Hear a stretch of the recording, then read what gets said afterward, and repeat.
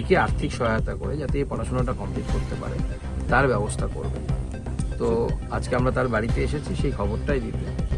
দক্ষিণ দিনাজপুর জেলার তপন বিধানসভা এলাকার ডাঙ্গা অঞ্চলের এক নিম্ন মধ্যবিত্ত পরিবারের প্রতিভাবান ছাত্র নীলাঞ্জন মণ্ডল এবারের সর্বভারতীয় আইআইটি জেএম পরীক্ষায় অসাধারণ সাফল্য অর্জন করে 126 র্যাঙ্ক লাভ করেছে। এই গৌরবজনক সাফল্যের ফলস্বরূপ সে সুযোগ পেয়েছে আইআইটি রুরকিতে উচ্চতর শিক্ষা গ্রহণের। তবে অর্থনৈতিক অসচ্ছলতা তার পরিবারের সামনে বড় বাধা হয়ে দাঁড়ায়।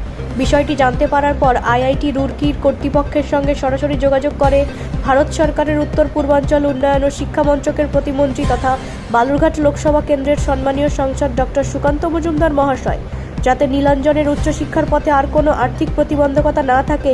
বিষয়টি নিয়ে ইতিমধ্যেই যথোপযুক্ত ব্যবস্থা গ্রহণের প্রক্রিয়া চলছে। আজ সেই কৃতি ছাত্র নীলাঞ্জন মণ্ডলের বাড়ি গিয়ে দেখা করলেন ভারত সরকার উত্তর পূর্বাঞ্চল উন্নয়ন ও শিক্ষা মন্ত্রকের প্রতিমন্ত্রী তথা বালুরঘাট লোকসভা কেন্দ্রের সম্মানীয় সাংসদ ডক্টর সুকান্ত মজুমদার মহাশয়। সকলের আন্তরিক কামনা ভবিষ্যতে নীলাঞ্জন আরও উচ্চশিক্ষা ও কৃতিত্বের শিখরে পৌঁছাক এবং সারা দেশের সামনে দক্ষিণ দিনাজপুর জেলার নাম গর্বের সঙ্গে তুলে ধরুক।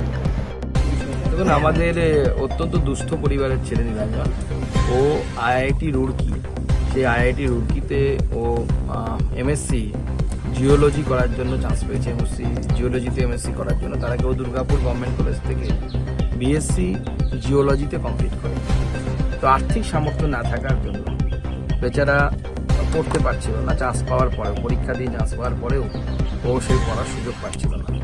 তো বালুরঘাট কলেজের অধ্যাপক দুলাল বর্মন, ফিজিক্সের অধ্যাপক, তিনি আমার সাথে যোগাযোগ করেন, যেহেতু তিনি আমার পূর্ব পরিচিত, এবং যোগাযোগ করার পর আমরা বিষয়টি হাতে নিই, আমি বিষয়টি হাতে নিই এবং আমি আমার মন্ত্রণালয়ের মাধ্যমে আইআইটি রুরকির সাথে যোগাযোগ করি।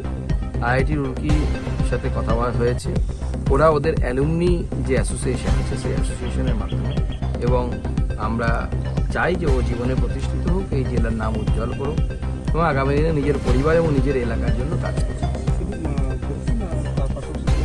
না, ভর্তি এবং তার সাথে পুরো কোর্সটা, যাতে ওর আর্থিক অবস্থা আপনারা দেখতেই পাচ্ছেন, বাড়ি ঘরের অবস্থা দেখতেই পাচ্ছেন, বাবা মার পক্ষে তো সম্ভব না।